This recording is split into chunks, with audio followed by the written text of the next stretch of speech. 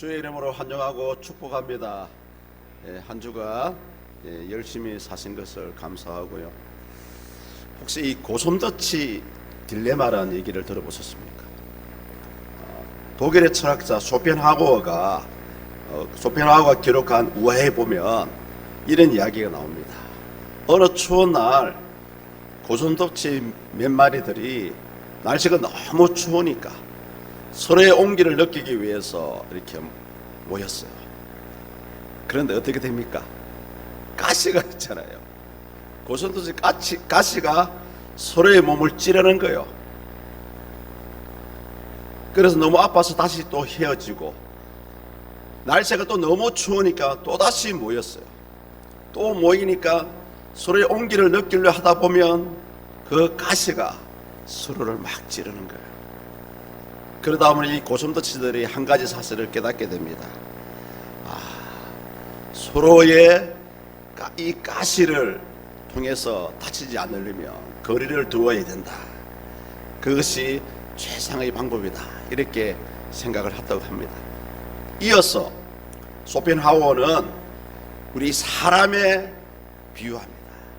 사람이라는, 인간이라는 고솜도치들이 모였어요. 그런데 모이다 보니 어떤 현상이 생깁니까? 시기하고 질투하고 미워하고, 이런 가시돌로 인해서 사람들은 점점 힘들어지는 거예요. 그러다 보니까 인간 사회에 예의 범절이라는 것이 생기게 되었습니다.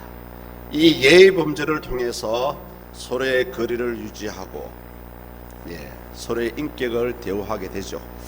근데 이것이 좋은 것 같은데 너무 예의 범죄를 차리다 보니 나중에는 어떻게 됩니까? 모이지를 않는 거예요.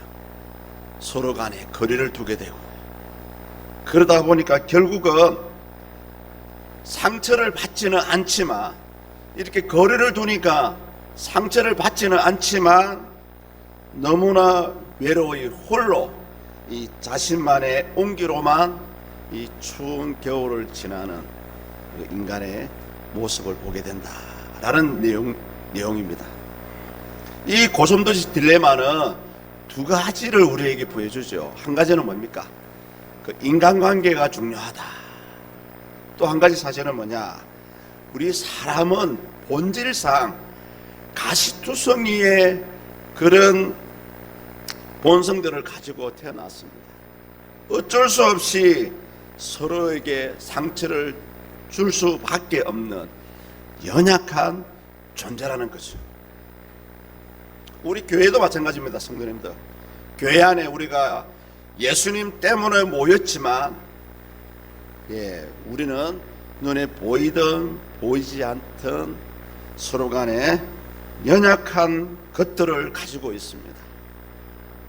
나의 말 한마디 때문에 상대방의 상처를 받을 수 있고, 또 내가 좋은 뜻으로 얘기했는데 받아들이는 사람의 입장에서 나쁘게 받아들이면 그것이 시험이 되고 근심이 되고 결국은 교회를 떠나가게 되죠. 그러나 우리 하나님께서는 이런 연약한 사람들이 모여있는 교회 공동체를 통해서 우리 하나님의 구원을 이루어 가신다는 사실입니다. 따라서 우리는 비록 연약하지만, 또 저 역시 목사이지만 저의 잘못된 행동이나 말 한마디 때문에 어떤 성도님들은 상처를 받을 수도 있을 것입니다. 그러나 우리는 설사 그러한 일이 일어난다고 할지라도, 그러나 저의 본심은 절대 아닙니다. 그러한 사실이 일어난다 할지라도 우리는 이 교회 공동체 안에 모여서 하나님이 주신 구원을 이루어 가야만 합니다. 성도님들, 절대 우리는 이 교회 공동체를 떠나가면 안 됩니다. 오늘 베드로 사도가요,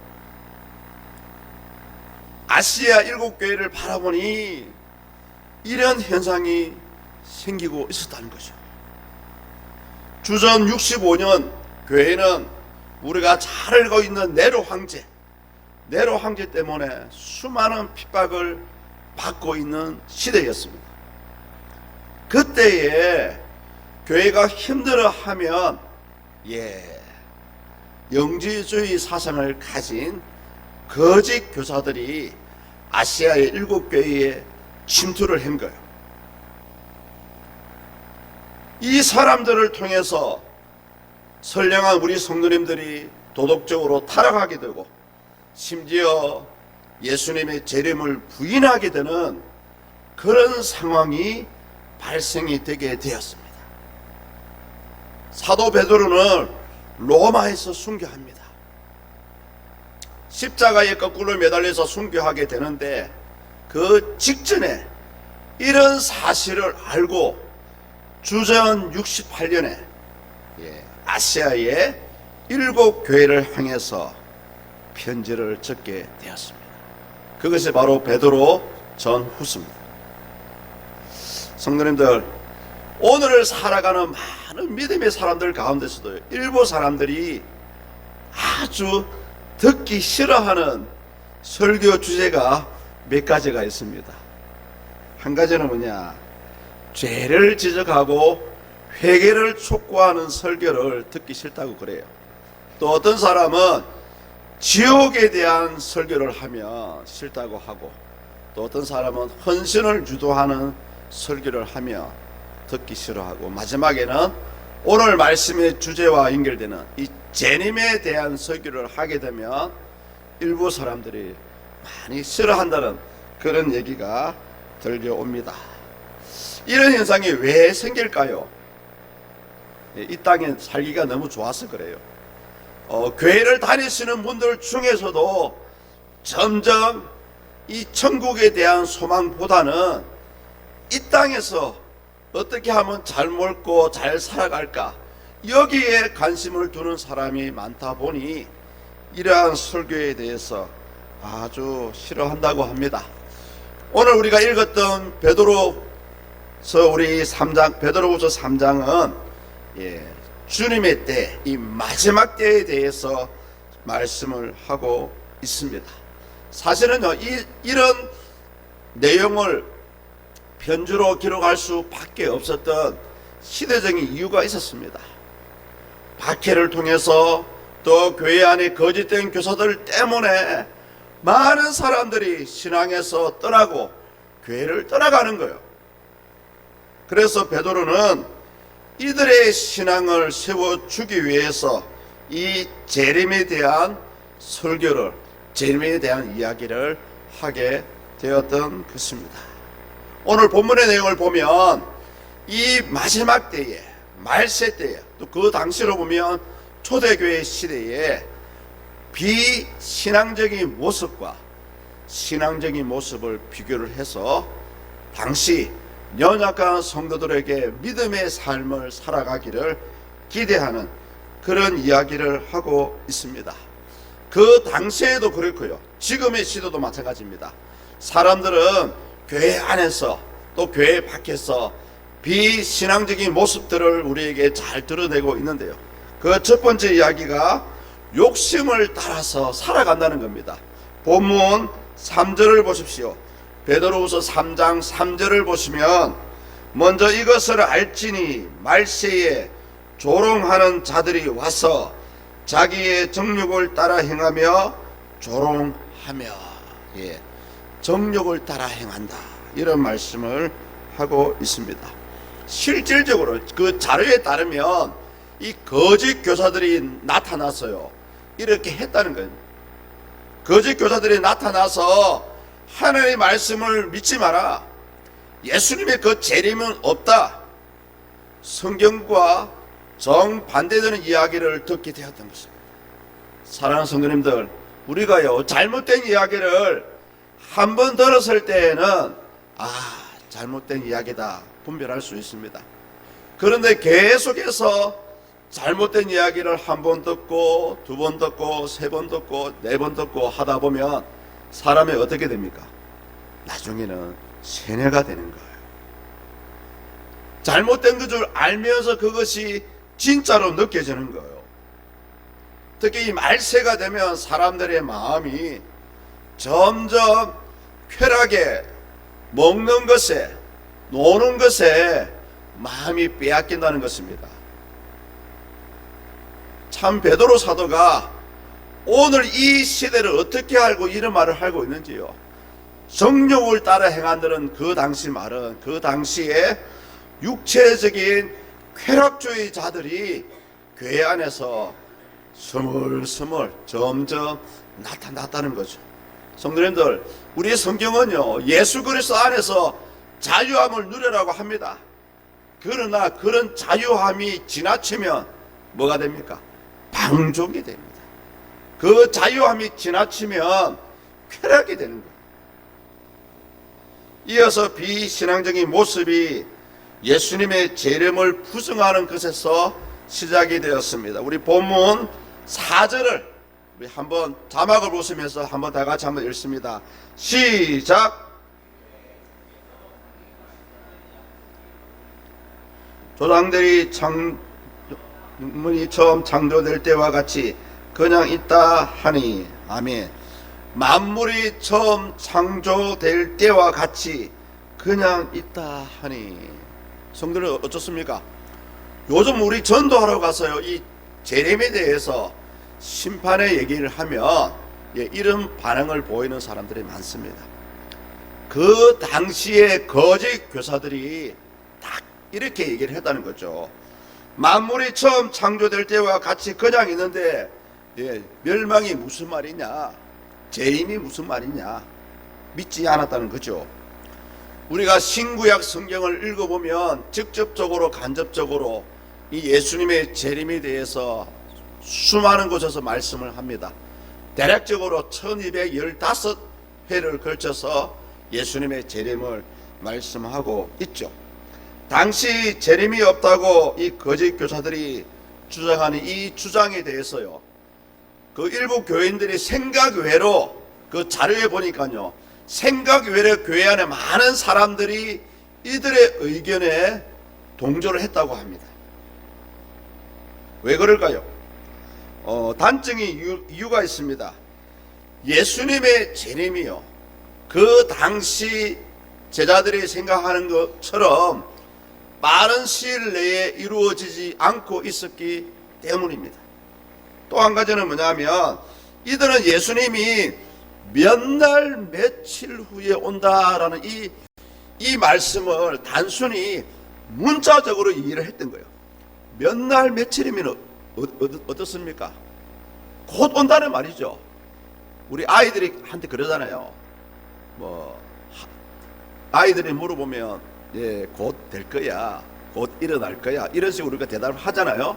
그러니까 그 당시 많은 사람들이 예수님은 조만간에 아주 빠른 시간 내에 오신다, 이렇게 생각을 했었습니다. 그러다 보니 예수님의 재림이 없다라는 말에 많은 사람이 그 의견에 동조를 했다는 거죠. 그것도 교회 안에서. 사실은 우리 예수님께서 십자가에 달리시기 직전에 이 말씀을 하셨습니다. 내가 다시 올 것이다. 그리고 예수님께서 부활하신 후에 많은 제자들이 보는 앞에서, 500명의 제자들이 보는 앞에서 하늘로 올라갔을 때에 천사가 나타나서 그 말도 했죠. 너희가 본 그대로 다시 오시리라. 이런 말씀을 하셨습니다. 그리고요, 예수님이 승천하신 후에 12 제자들과 여러 믿음의 사람들이 모일 때마다 이 예수님의 재림 얘기를 했다고 합니다. 곧 온다. 그러니까 이 박해를 우리가 참아야 된다. 이 박해만 참으면 예수님이 곧 오셔서 우리를 데리고 가실 것이다. 이런 이야기를 많이 했다고 합니다. 그러나 예수님의 재림은 우리가 생각하는 시간과 큰 차이가 있었다는 거죠. 실제로 그 당시에요, 이 성도들의 마음의 상태를 표현한 글에 따르면 많은 믿음의 사람들이 굉장히 초조했다고 합니다. 혹시 예수님이 오시지 않으면 어떨까 할까, 많은 믿음의 사람들의 생각이 모두가 이 예수님의 재림에 꽂혀 있었다는 거죠. 이런 복잡한 상황 가운데서 이 거짓 교사들이 얘기를 하니 많은 사람들이 거기에 속아서 교회를 떠나가게 되고 타락하게 되고 그 자유를 벗어나는 방종에 이르는 삶을 살게 되었다는 것입니다. 그래서 오늘 베드로후서 3장 8절과 13절을 읽어보시면 이 일에 대해서, 예수님의 재림에 대해서 사도 베드로가 변명하고 있는, 설명하고 있는, 왜 재림이 지연될 수밖에 없는지를 설명하는 그런 내용들이 이어지고 있습니다. 본문 8절을 보시면 그 신앙적인 방향을 제시를 하게 되죠. 베드로는 하나님이 생각하는 시간과 우리 사람이 생각하는 시간에 큰 차이가 있다고 얘기를 했습니다. 우리 8절을 함께 읽습니다. 사랑하는 자들아, 죽기는 하루가 천년 같고 천년이 하루 같다는 이 한 가지를 잊지 말라. 아멘. 성도님들, 이 당시 사람들은요, 예수님의 재림에 대해서 시간에 꽂혀 있어요. 시간에 달려온다. 몇 밤만 지나면 다시 온다. 시편 90편 4절에 보면요, 모세가 기록한 유일한 시편입니다. 이렇게 얘기합니다. 주의 목전에는 천년이 지나간 어제 같으며 밤의 한순간 같을 뿐임이니이다. 하나님의 시간과요, 우리 사람이 생각하는 시간은 아주 차이가 있다는 것이죠. 때로는 천년의 시간이 필요하지만 그 천년은 하루와 같고요, 때로는 하루 같은데 천년의 시간이 걸릴 수가 있다는 거죠. 자, 이것을 다시 한번 제가 우리가 읽었던 8절을 다시 한번 재해석해 보겠습니다. 주님이 재림하시는데 설사 천년이란 시간이 걸린다고 할지라도 하나님의 시간은 사실은 영원이거든요. 하나님의 시간은 영원이에요. 우리 사람은 뭡니까? 1분, 1초, 60분, 1시간, 하루, 일주일, 7일, 365일 있잖아요. 하나님의 시간은 영원입니다.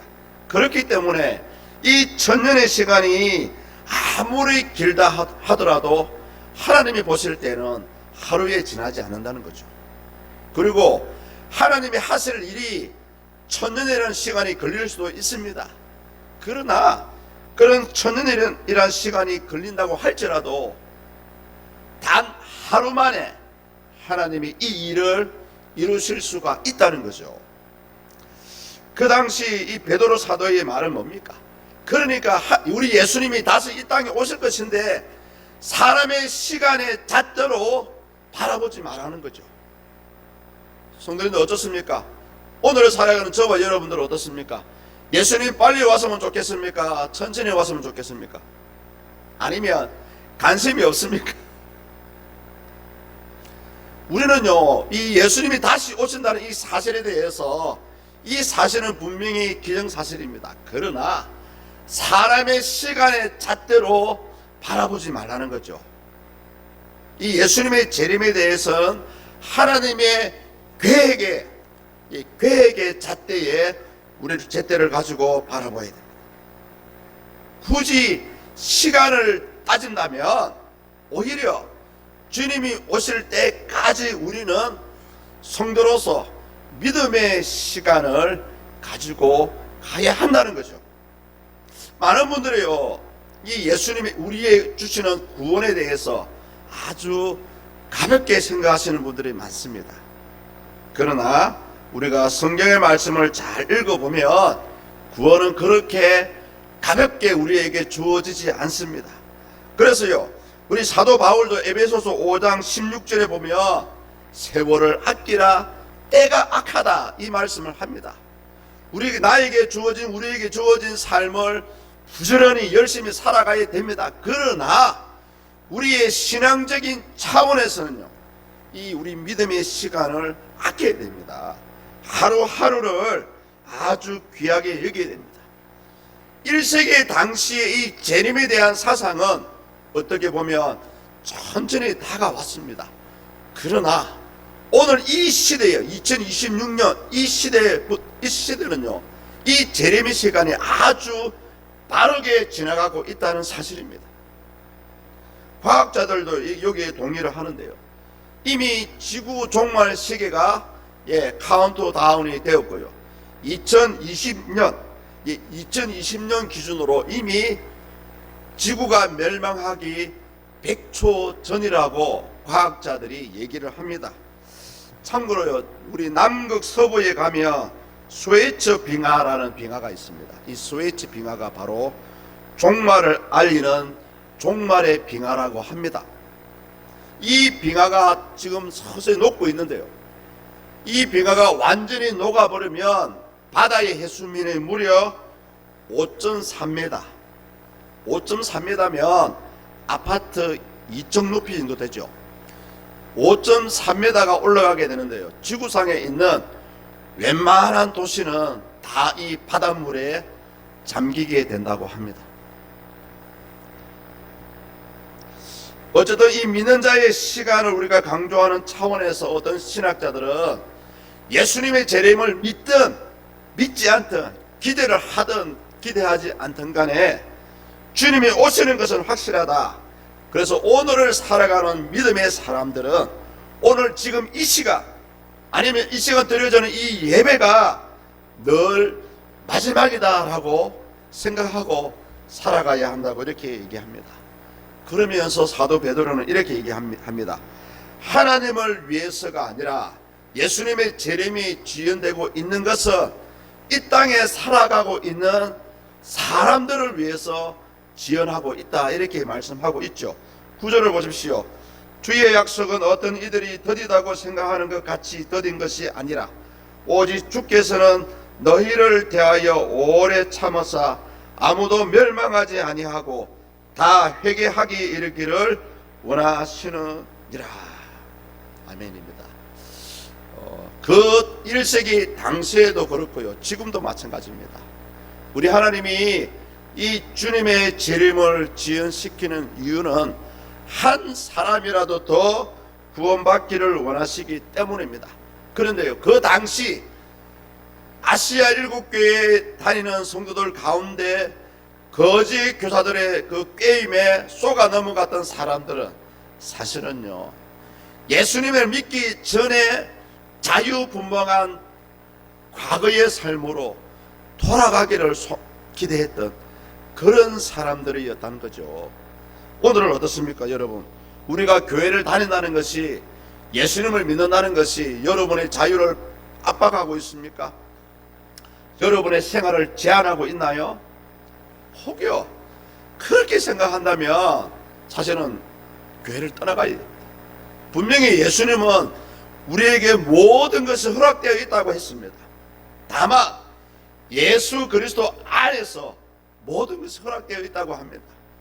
저도 사실은 처음 교회를 다니고 할 때에는 이 교회 다니면 주일날 친구들 만나지도 못하고 또 개인 취미생활도 하지 못하고 또 행동이 또 제약을 받아야 되고 그런 생각을 했던 적이 있었습니다. 그러나 예수님을 믿고 하나님의 살아계심을 믿고 경험하고 체험하다 보니 인간적으로 생각하는 모든 것들은 아무것도 아니라는 거죠. 설사요, 우리가 복음 전도를 하게 되면 어떻습니까?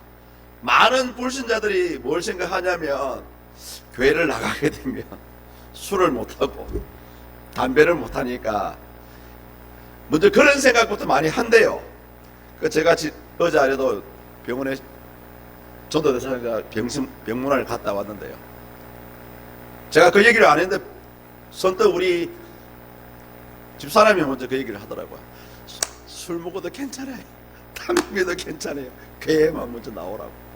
여러분, 우리 예수 믿는 믿음은요, 우리의 생활을 제한하는 것 같은데 아무것도 아니에요. 별거 아닙니다. 여러분, 믿음이 중요합니까? 술 마시는 게 중요합니까? 물어볼게요. 믿음이 중요합니까? 담배 피우는 것이 중요합니까? 뭐가 중요합니까? 믿음이 중요하잖아요. 믿음이 잘하면 자연적으로 세상적인 것은 누가 하지 마라 안 해도 점점 멀어지게 되어 있습니다. 아무것도 아니에요. 그러니까 우리는요, 우리에게 무엇이 소중한지를 한번 여러분 생각해 보셔야 됩니다.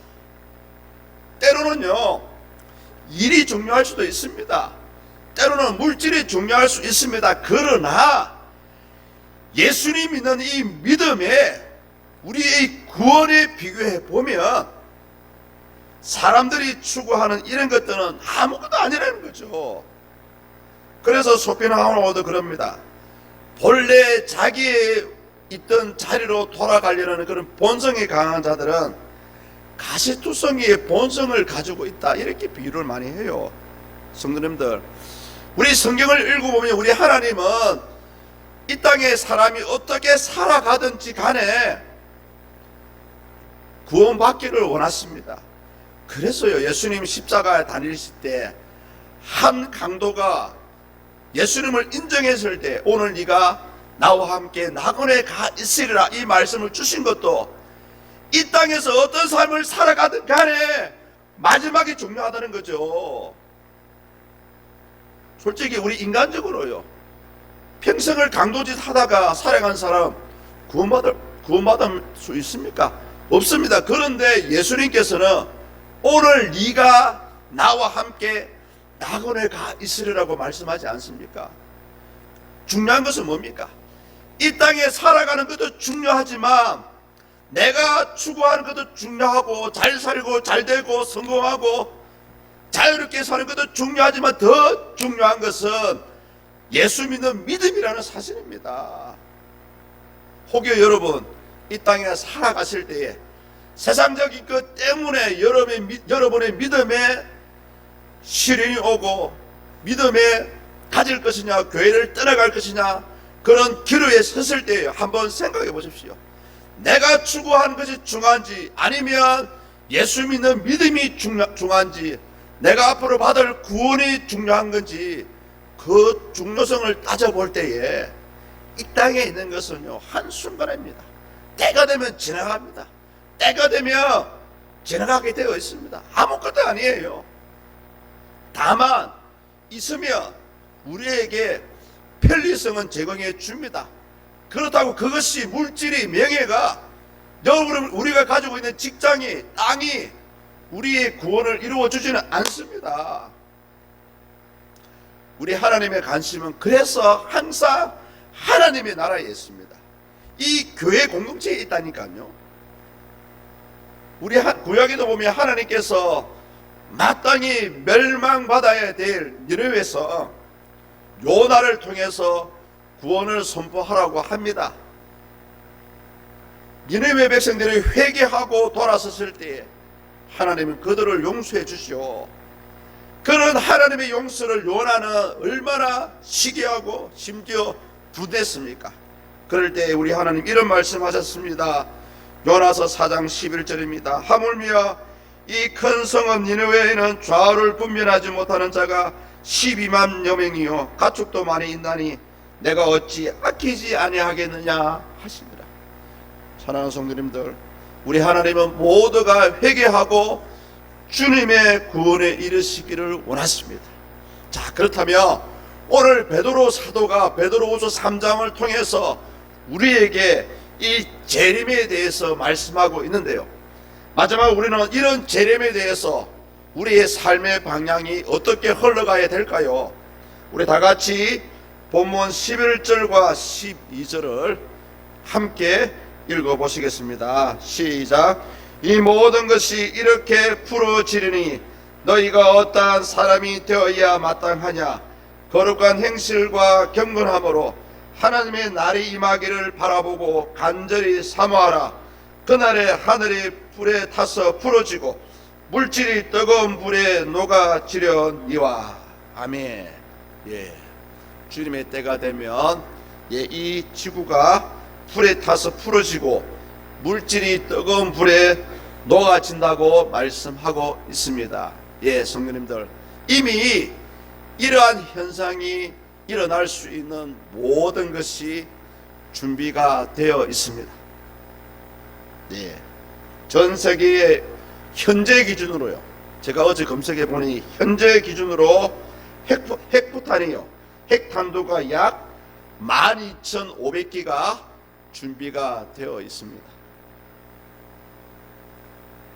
미국과 소련이 한 90%를 가지고 있는데요. 어느 한쪽에서 핵탄두 한 대만 발사하면 자연적으로 전 세계는 핵전쟁이 이루어진다고 합니다.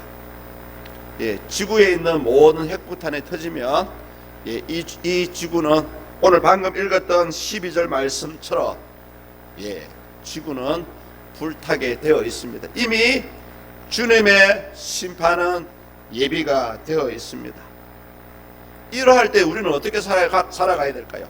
딱 두 가지만 생각하십시오. 거룩한 행실과 경건이라는 말씀은 믿는 자로서 불신자들과는 달리 세상과 구별되어야 된다는 거죠. 쉽게 가면 믿음의 삶을, 믿음이 있는 삶을 살아가자는 거죠. 또 한 가지는 뭡니까? 간절히 사모하라. 이 말씀은 뭐냐 하면 이 땅에 어떠한 삶이 여러분을 힘들게 하고 괴롭게 하고 때로는 돈이 없을 수도 있고 때로는 몸의 질병으로 고통 가운데 있을 수도 있습니다. 그러나 주님의 때가 있을 것이니 참고 기다리라. 이 말씀을 하고 있습니다. 그 당시 네로 황제로 인해서 많은 기독교인들이 죽음을 당하고요. 사나운 사자의 밥이 되기도 하고 눈앞에서 믿음의 사람들이, 믿음의 형제가 죽어가는 현실 앞에 어떻게 우리의 믿음을 지킬 수가 있겠습니까? 주님의 오실 날을 기다리고 참고 인내하는 거죠. 설사 우리의 몸이 아프고 가난하고 이 땅에 살아가기 힘든 상황 가운데 있다 할지라도 여러분, 이것이 중요한 것이 아니라는 거죠. 저와 여러분에게는 하나님이 예비하신 구원이 있습니다. 제가 한번 여쭤보겠습니다. 마지막으로, 세상과 구별되지 않는 자가 과연 구원의 문을 통과할 수 있겠습니까? 아닙니다. 주의 재림이 없다 하면서 기다리지 않고 다시 인간의 본성에 따라서 자유분방한 삶을 살아가는 자가 한때는 예수님을 믿었다 해서 그 사람에게 구원의 문이 열려지겠습니까? 성도님들, 안 된다는 거죠. 물론 우리 구원은 믿음으로 갑니다.